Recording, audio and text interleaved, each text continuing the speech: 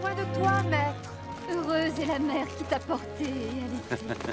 Heureux plutôt ceux qui écoutent la parole de Dieu et qui l'observent.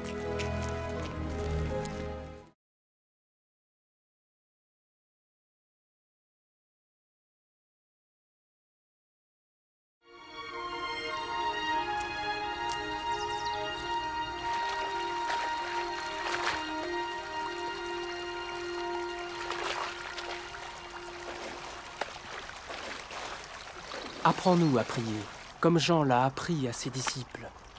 Quand vous priez, dites « Notre Père qui es aux cieux, que ton nom soit sanctifié, que ton règne vienne, que ta volonté soit faite sur la terre comme au ciel.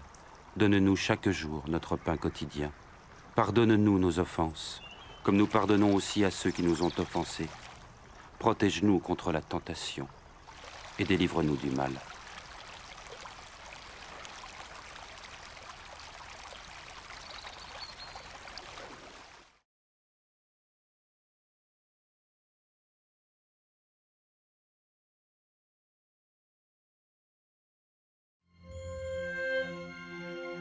Dans les Saintes Écritures, Dieu déclare que le Messie viendrait pour être le sauveur du monde. La vie de Jésus prouve qu'il est bien celui dont les prophètes avaient parlé. Ésaïe a prophétisé que la Vierge deviendrait enceinte et qu'elle enfanterait un fils. Des siècles plus tard, la naissance de Jésus accomplissait cette prophétie.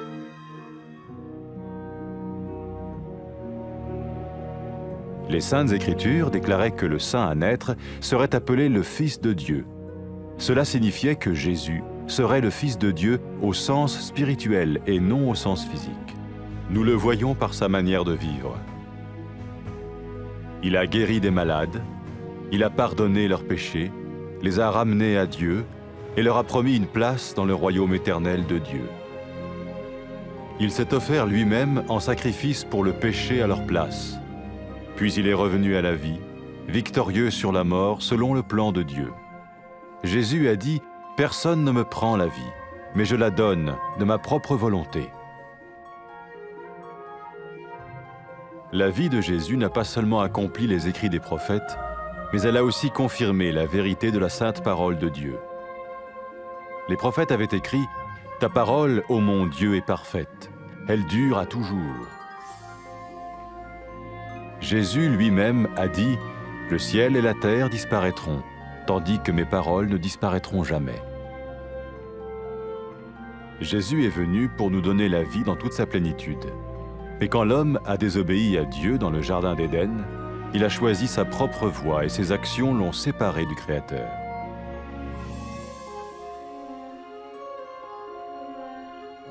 Les Saintes Écritures déclarent que tous sont péchés et que le salaire que paye le péché, c'est la mort.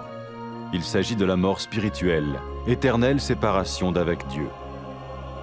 Mais tout comme Dieu a donné un bélier pour qu'il meure à la place du fils d'Abraham, ainsi il a envoyé Jésus, le Messie, mourir à notre place. Sa vie, sa mort et sa résurrection restaurent la relation entre Dieu et tous ceux qui mettent leur confiance en lui. Maintenant, non seulement Jésus pardonne les péchés de ceux qui le suivent, mais il les sauve aussi du jugement éternel de Dieu. Ils sont sûrs d'aller au paradis et de vivre avec lui pour toujours. C'est cette vie et cette liberté de la culpabilité et du pouvoir du péché que Jésus offre à chacun aujourd'hui. Cela ne veut pas dire suivre une religion, mais choisir d'avoir foi en Jésus qui dit « Je me tiens à la porte et je frappe. Si quelqu'un entend ma voix et ouvre la porte, j'entrerai chez lui. » Cela veut dire se tourner vers Dieu et croire que Jésus vient dans nos vies pardonner nos péchés et nous rendre tels qu'il veut que nous soyons. Il ne suffit pas d'approuver intellectuellement ce qu'il dit, ni de vivre une expérience émotionnelle. Nous le recevons par grâce, au moyen de la foi, par un acte de notre volonté. Lorsque quelqu'un est prêt à suivre Jésus le Messie, il peut lui parler par une simple prière. Peut-être êtes-vous prêt maintenant à ouvrir votre vie à Dieu. Si oui, vous pouvez vous joindre à la prière suivante, silencieusement. dans votre cœur. Seigneur Jésus, j'ai besoin de toi. Merci d'être mort sur la croix pour mes péchés.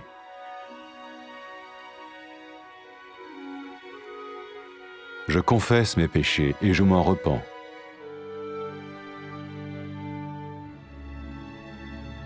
Je t'ouvre la porte de ma vie et je te reçois comme mon Sauveur et Seigneur.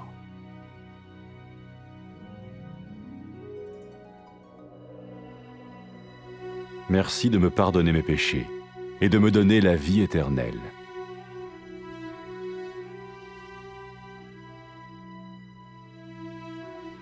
Fais de moi le genre de personne que tu veux que je sois.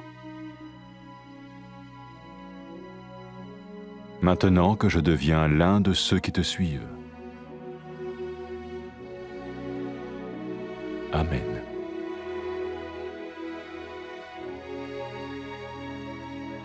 Jésus a dit à propos de ses disciples, « Mes brebis écoutent ma voix, je les connais et elles me suivent. » Pour expérimenter la vie en abondance promise par Jésus, ceux qui le suivent parlent à Dieu chaque jour dans la prière et lisent ou écoutent sa parole. Ils parlent de lui à d'autres personnes et rencontrent régulièrement ceux qui l'aiment et le suivent. N'oubliez pas sa merveilleuse promesse. Tout pouvoir m'a été donné dans le ciel et sur la terre. Et sachez-le, je vais être avec vous tous les jours, jusqu'à la fin du monde.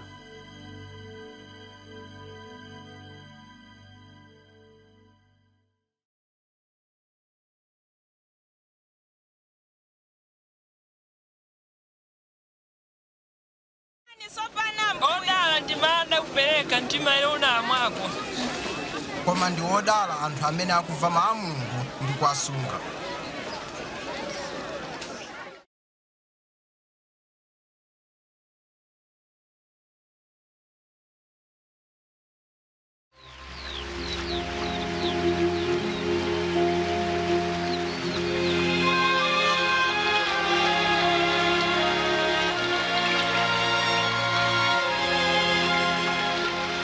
Tiphunzitseni kupemphera monganso Yohane M'batizi anaphunzitsa ophunzira ake. Pamene mupemphera muziti, Atate wathu wakumwamba, dzina lanu lilemekezedwe, ufumu wanu udze, kufuna kwanu kuchitike, monga kumwamba chomwecho pansi pano. Mutipatse ife chakudya chathu cha lero, ndipo mutikhululukire ife machimo athu, monga ifenso takhululukira otichimwira. Musatilole ife kuti tiyesedwe, koma mutipulumutse kwa oyipayo.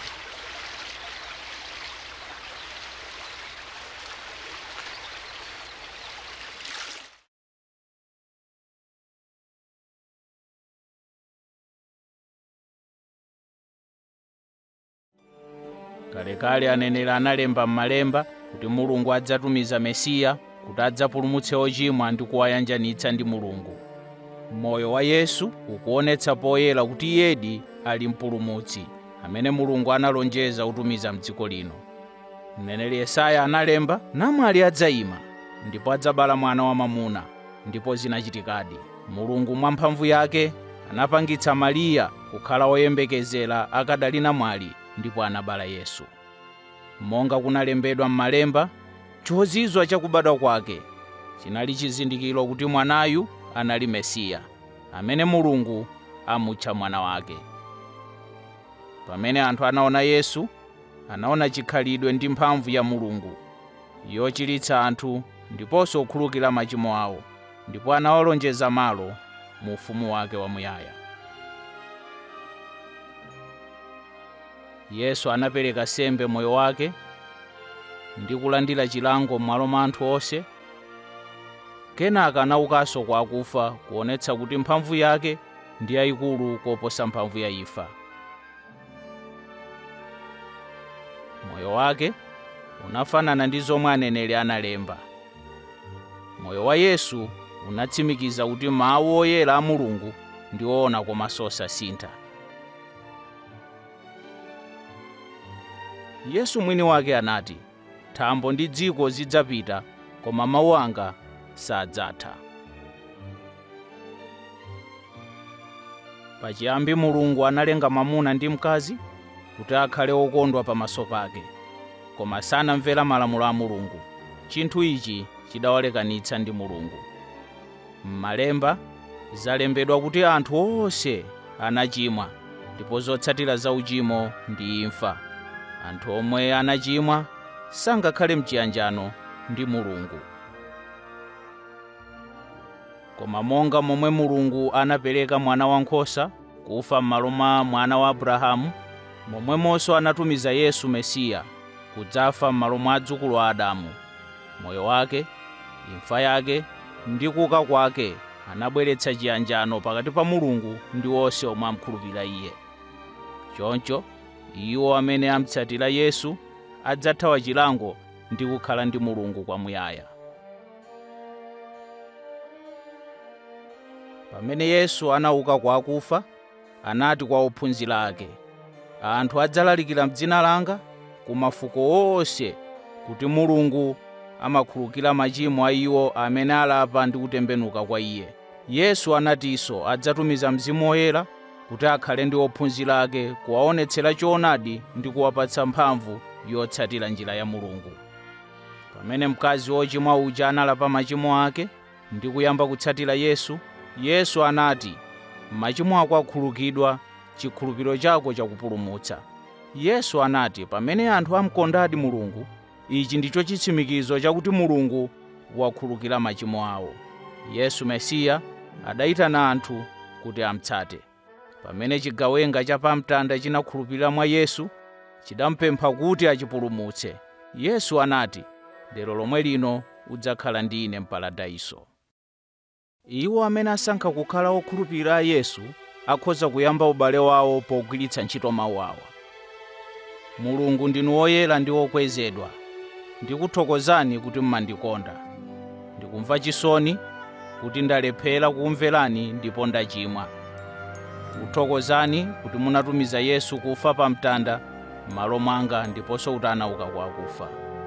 Ndikuthokozani kuti munazunzika chifukwa cha machimo anga. Ndikufuna kukutsatani ndipo ndikukulandirani monga mpulumutsi ndi mbuye wanga. Ndikuthokozani kuti mwakhululukira machimo anga ndipo mwatsegula njira kuti ine ndikhale ndi inu ku nthawi zonse. Ndikupemphani kuti mundipatse Mzimu wanu Woyera kuti akhale ndi ine ku nthawi zonse. Andipatse mphamvu kuti ndikukondeni ndi mtima wanga wonse, kukhala moyo wokondweretsani. Ndipo lolani kuti anthu akutamandeni kulikonse m'dziko lonse. Amen. Yesu ananena za ophunzira ake, nkhosa zanga zimamva mawu anga, ndimazidziwa ndipo zimanditsata. Wotsatira Yesu amakumana pamodzi, amalankhula mawu ake m'Malemba. Amafunitsitsa kutsatira chitsanzo chake, ndipo amauza ena za Iye. Yesu anawatsogolera ndi kuwapatsa mphamvu kudzera mwa Mzimu wa Mulungu, yemwe amakhala m'mitima yawo. Amasunga zomwe Yesu ananena kwa ophunzira ake pamene amakwera kumwamba ku mpando wake. Mphamvu zonse zapatsidwa kwa ine, kumwamba ndi dziko lapansi. Onani ine ndili ndi inu nthawi zonse kufikira chimaliziro cha nthawi yapansi pano.